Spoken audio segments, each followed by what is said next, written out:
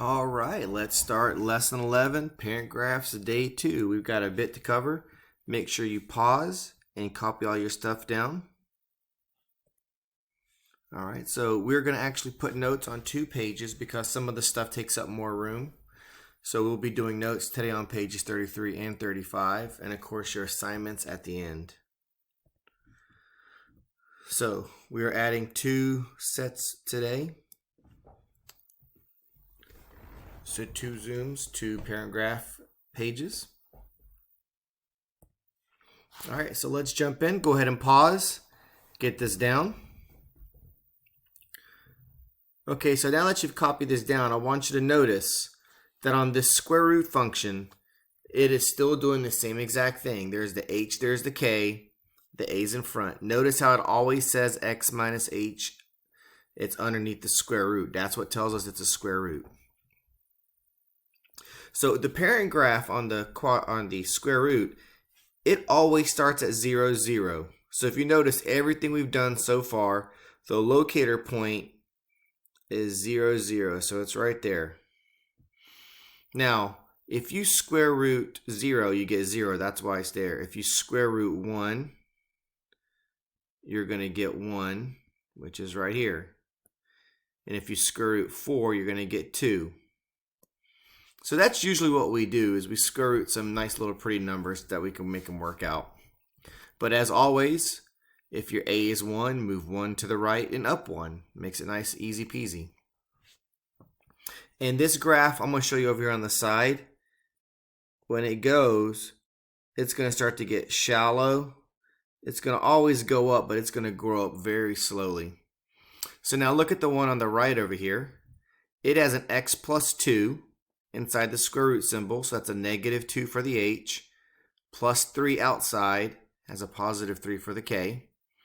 So this graph went 2 spots left,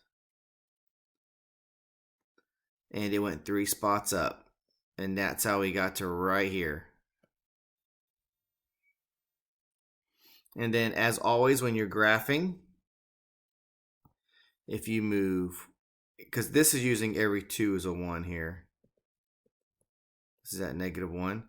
If you move 1 to the right, you go up 1.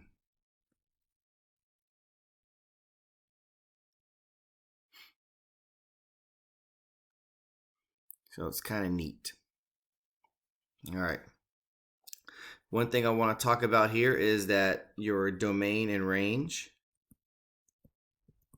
Now this one does not have all real numbers. The domain is based off of where your HK is.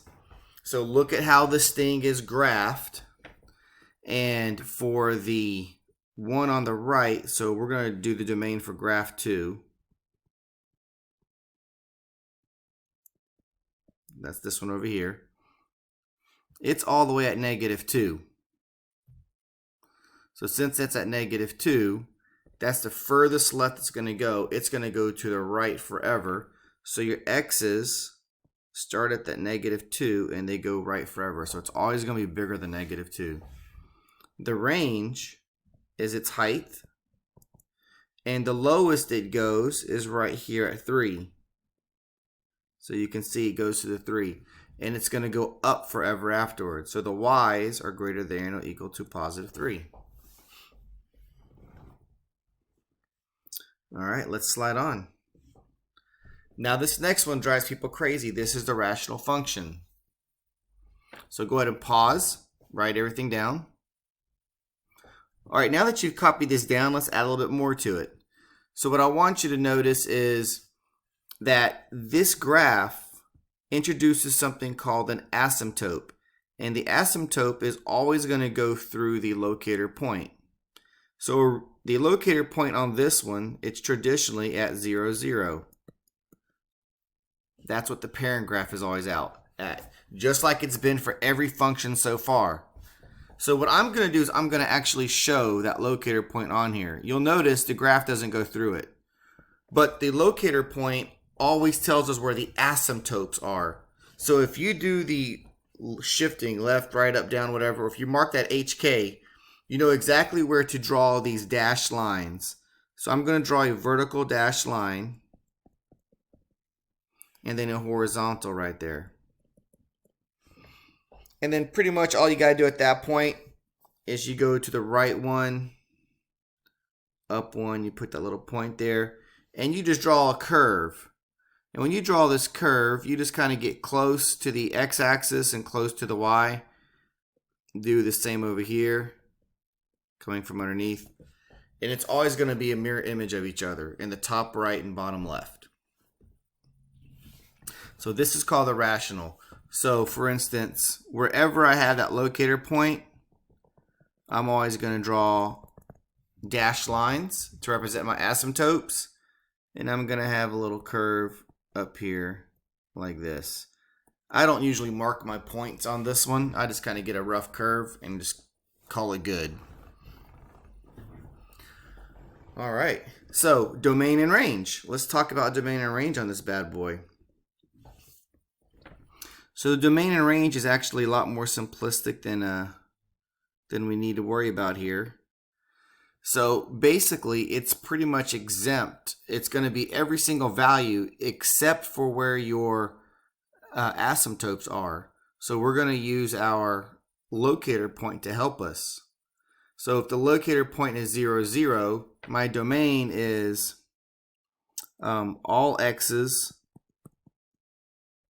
except 0. And then the range is going to be the same thing because it's going to go up and down forever as well, just as it's going left and right, except for where that locator point is.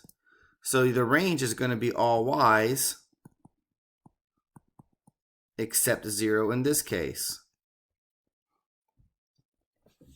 If my locator point would have been at 2, 3, then it would have been all x's except 2 and all y's except 3.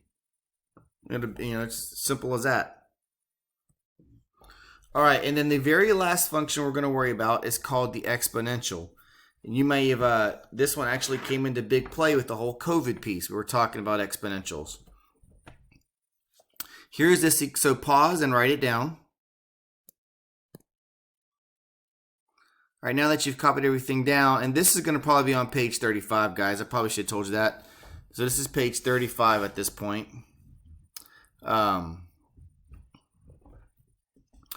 When you go to do the exponential, this one looks really nasty with the equation.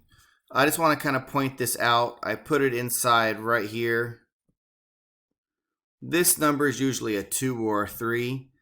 And you hardly ever see an a value in there. So a is usually a 1. So to give you an example, the problem will almost always look like this.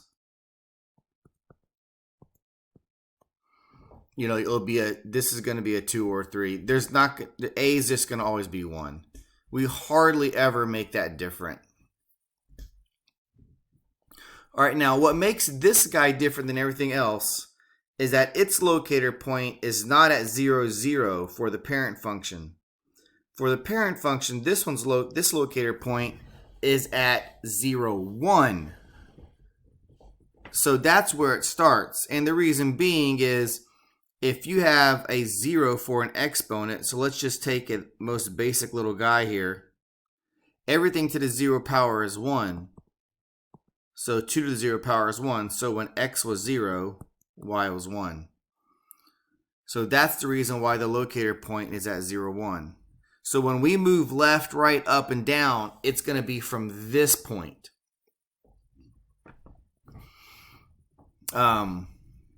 There is also an asymptote on here, and this asymptote is always going to be one underneath it's going to be a horizontal line, one underneath the locator point. So it's going to be like right here. So this line is going to go forever close to that dashed line, but it's never going to cross it. So in this case, the asymptote is x equals 0. It's always a little equation. All right, so you guys got this copied down. We'll talk about this more in our Zoom lessons where you can ask questions and we can get some little details into it. And we got a couple days to talk about these things. So get this down, look it over, practice the homework, which is right here. Practice your assignments. That's the big thing that's holding up people right now, guys. So these two problems are actually pretty quick. It's short. 108 is just asking for domain and range of 107. This parent function activity should go really fast. Everyone should turn that one in quickly. That's probably not even a 2-minute assignment. And this one right here, you can just easily download it. You can print it off, or you can just use Paint on Microsoft Word if you want, or just copy it on a sheet of paper and upload it. All right, guys, that's it. Take care.